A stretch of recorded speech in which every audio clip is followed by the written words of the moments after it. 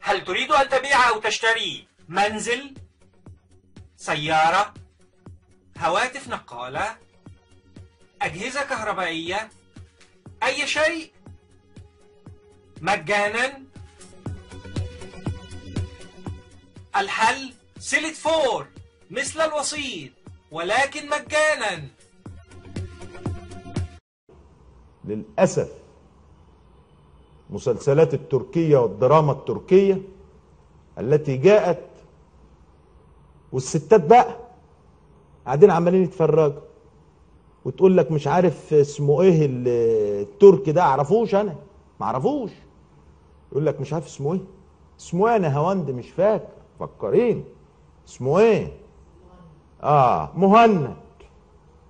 ايه مهند ده؟ بتهند ولا عمال يتنهد تنهيده؟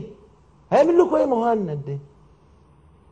ولا اكمنهم بيجيبوهم مستشورين شعرهم وحاطين شويه مكياج وبتاع ومش عارف ايه في دماغك بقى ان هو ده بقى الواد الجميل.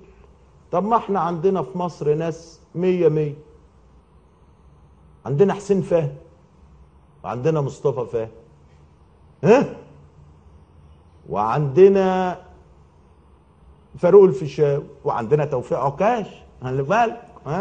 ايوه لازم برضه نقول معايا، ما هم يعني شكلهم حلو اهو.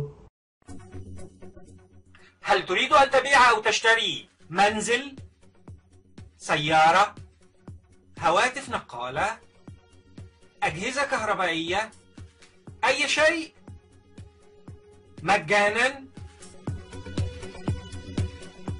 الحل سلة 4 مثل الوسيط ولكن مجانا.